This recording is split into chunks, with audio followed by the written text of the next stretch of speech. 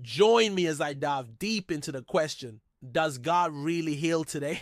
I'm going to put it to the test and share my journey. When it comes to the concept of divine healing, it's easy to get caught up in the idea that it's something relegated to the past, a relic of ancient times when miracles were supposedly more common. But the truth is, the question of whether God still heals today is just as relevant and pressing as it's ever been.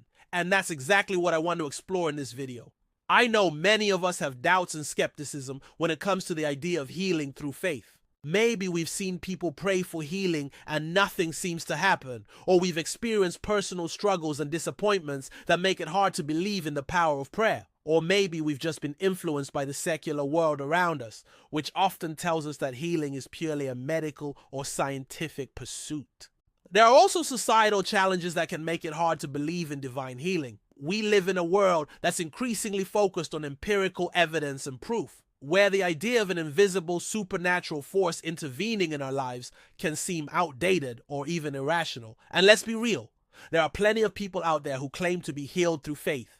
But when you dig deeper, it's hard to separate fact from fiction. But despite all these doubts and challenges, I believe it's worth exploring the idea of divine healing further, because at the heart of it is a fundamental question. Is God still active in our lives today, or is he just a distant memory? When we look at the various perspectives on healing, it's clear that there's a lot of complexity and nuance. On one hand, we have personal testimonies of people who claim to have experienced miraculous healing through prayer and faith. These stories can be incredibly powerful and life-changing, and they often speak to a deep hunger in us for connection with something greater than ourselves. On the other hand, we have scientific viewpoints that suggest healing is purely a natural process, driven by the laws of physics and biology. And then, of course, there are religious beliefs that emphasize the role of faith in healing, but often struggle to reconcile with the harsh realities of suffering and pain.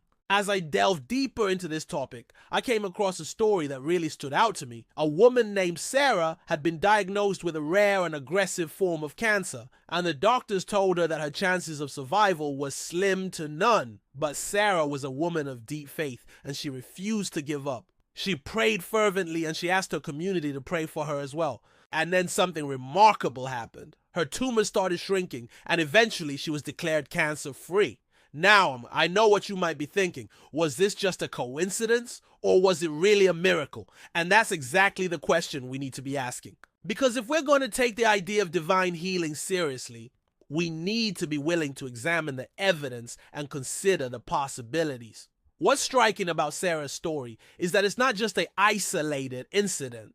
There are countless stories like hers out there, stories of people who have experienced healing that defies medical explanation. And these stories pose a challenge to our assumptions about the nature of reality and the limits of human knowledge. As we wrap up this exploration of divine healing, I want to emphasize that it's not about proving or disproving the existence of God.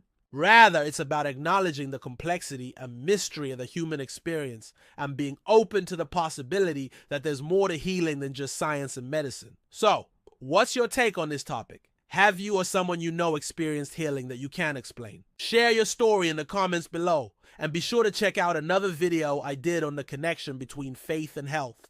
Thanks for watching, and I'll see you in the next video.